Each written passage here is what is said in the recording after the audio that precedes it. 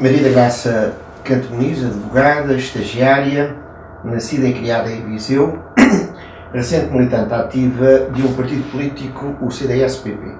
Integrou a lista para a Assembleia Municipal de Viseu e, na sua dupla dimensão de cidadã política e jovem, o Rua Direita quis ouvi-la. Maria da Graça Canto Muniz, fale-nos um pouco de si biograficamente. Como o Paulo disse, eu nasci e fui criada em Viseu e vivi aqui até aos meus 18 anos. Depois fui morar para o Porto e matriculei-me na Faculdade de Direito da Universidade do Porto, onde estudei durante 4 anos. Quando acabaram esses 4 anos, regressei a Viseu para fazer um mestrado em Coimbra, porque o mestrado em Direito em Coimbra é um bocado virado para a investigação, para o estudo pessoal e, portanto, permitia mandar para trás e para a frente. E o meu percurso académico até agora é basicamente esse. Se há alguma coisa a valorizar no meu percurso pessoal até hoje, é talvez um conjunto de experiências que eu tenho tido e que sempre quis fazer, que tem a ver com viajar e com ir para outros países. Desde cursos de língua lá fora até ao voluntariado em Moçambique e o ano passado a experiência que tive num estágio na delegação da União Europeia na Malásia. De resto, gosto de ler, gosto de cinema, gosto de séries, tudo normal. Hoje em Portugal, como é ser jovem perante a sociedade atual e quais são as expectativas criadas e o mercado de trabalho real? Ser jovem em Portugal, eu acho que é sobretudo um desafio constante, porque parece-me que vivemos numa sociedade, por duas razões. Em primeiro lugar, porque vivemos numa sociedade um bocadinho formatada e ligeiramente avessa à mudança. Costuma-se dizer dos portugueses que são um país de grandes costumes. E ser jovem é, de certa forma, um desejo constante e fervoroso e efervescente de mudar e inovar e desenvolver e de evoluir e atingir a idade adulta, muitas vezes. E, por outro lado, também essa vontade de mudar também vem de uma certa pressão que nós vemos quando ligamos a televisão, quando folheamos um jornal, que tem que ver com a ideia de que parece que falhou aqui um paradigma qualquer, económico, social, político, enfim. E é preciso mudar. E, mais uma vez, o papel do jovem deve ser importante. E, por outro lado, eu acho que no debate da reforma do Estado, que tanto se fala hoje e que tanto ouvimos falar, eu acho que os jovens em Portugal têm uma responsabilidade acrescida aí, porque essa reforma pressupõe uma regeneração, um rejuvenescimento político, económico, social, que deveria ser liderado pela juventude e pela minha geração e pela geração abaixo da minha. Quer dizer que os políticos atuais terão já algum excesso de bafio? Como assim? Excesso de bafio? De estarem há muitos anos, serem sempre os mesmos? Sem dúvida que sim. Não haver mudança? Sem dúvida que sim, até porque eu conheço a maior parte das pessoas da minha idade, e amigas e colegas da faculdade, têm um preconceito que acaba por ser um bocado verdadeiro de que política é sinónimo de corrupção, de pessoas sem escrúpulos, de negociatas, porcas, enfim, isso afasta muitas pessoas da minha idade da política e de se inscreverem em partidos políticos e de terem iniciativas, de inovarem. Mas, por outro lado, paradoxalmente, eu acho que as pessoas da minha geração têm uma tendência para participarem de outras formas, com manifestações que temos visto por aí, com voluntariado. Acho que há um desejo geral e uma tendência geral para participar e para pôr a cidadania em movimento, ainda que não seja pela política.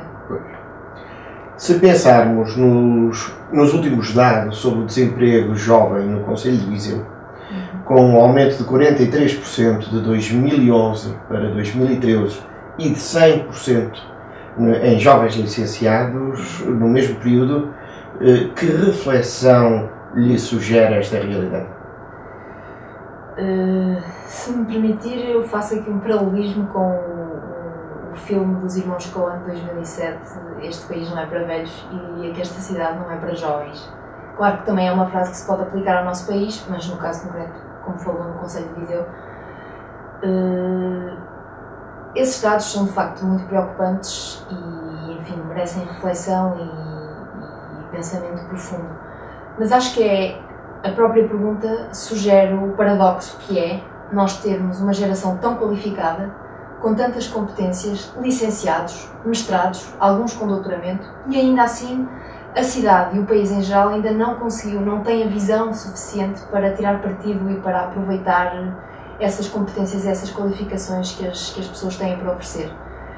E por outro lado, pegando também no Concelho de Viseu e noutra realidade e noutro problema que enfrentamos hoje em dia, que é a desertificação do interior e o abandono de muitos jovens, muitos amigos meus moram no Porto e em Lisboa e optaram por não ficar em Viseu.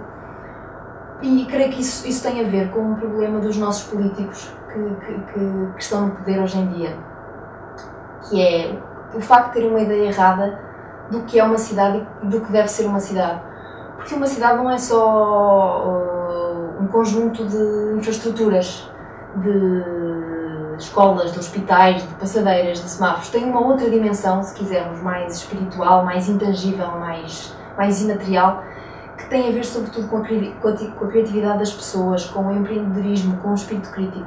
E acho que em Viseu, e em geral nas cidades do interior, falta dinamizar e espicaçar e provocar essa outra dimensão que é tão importante para as cidades.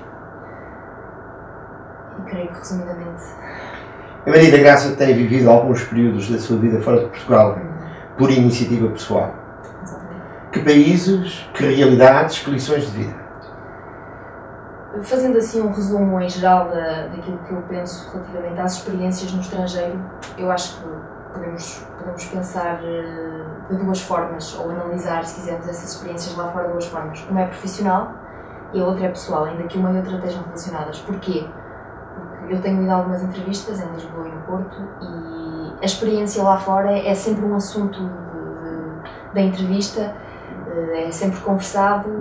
E porquê é que é um acréscimo aos currículos? Por causa desse lado pessoal que para mim é de facto mais importante. É quando nós vamos para um país diferente, com uma cultura diferente, com uma religião diferente, além de nos tornarmos mais tolerantes, acho que somos obrigados a fazer um esforço para nos aproximarmos das pessoas que noutras circunstâncias seriam estranhos, desconhecidos e que poderiam gerar algum preconceito. Mas ali não, ali estamos expostos. Criamos uma certa irreverência, uma certa destreza na atuação e no pensamento. E acho que, de facto, isso foi, na minha experiência, evolui muito. Além de que me tornei bastante responsável, a contar independente, a depender apenas e só de mim. E, por outro lado, aprendi também a valorizar aquilo que deixei para trás em casa, em Viseu, na família. E aprendi a agir com um sentimento da saudade, que às vezes é complicado. É militante local da Juventude Centrista. De onde lhe vem este empenhamento pela política partidária? O empenhamento pela política é recente. Entrei na campanha autárquica do CDS nas últimas eleições, fui mandatária da Juventude e, nesse sentido, foi o primeiro passo político que eu dei e decidi entrar para o CDS e para a Juventude Popular só depois de alguma reflexão e alguma ponderação, porque censuro um bocado os militantes das juventudes partidárias portugueses que assinam de cruz e entram para os partidos políticos ou porque o pai também é militante ou porque o amigo convida e vai numa perspectiva qualquer de uma carreira política. E foi assim no meu caso. Os primeiros passos que dei na política foram com o mandatário da Juventude e bastante refletidos, enfim, ao fim de 24 anos. Para onde vai o seu percurso neste âmbito? Não estou propriamente a planear um percurso político e uma carreira política, porque neste momento a minha preocupação é a minha vida académica, é acabar o mestrado e eventualmente pensar no doutoramento, e a minha vida profissional, até porque acho que a política é um espaço de intervenção cívica, de cidadania, de defesa de causas, e tudo a seu tempo. Que cidadania, dentro destas funções, desejaria exercer, transmitir, implementar? Uma cidadania mais responsável e agora falo talvez mais para as pessoas da minha idade que, como disse, censuro, que entram para os partidos políticos sem se informarem, sem refletirem, sem ponderarem aquilo que estão a fazer, que no fundo é um ato de responsabilidade, é o exercício da cidadania máxima, não é? Não digo que tenham de saber a diferença fundamental entre o que é o socialismo e a democracia cristã, entre a esquerda e a direita, mas o básico acho que é fundamental. E falando do meu caso, eu só entrei para o CDS, como acabei de dizer, com 24 anos, depois de muita reflexão e muitas hesitações, porque sinceramente não me sentia, antes dos 20 anos, não me sentia madura para tomar uma decisão desse tipo. Eu levo as coisas a sério e foi uma decisão que eu ponderei.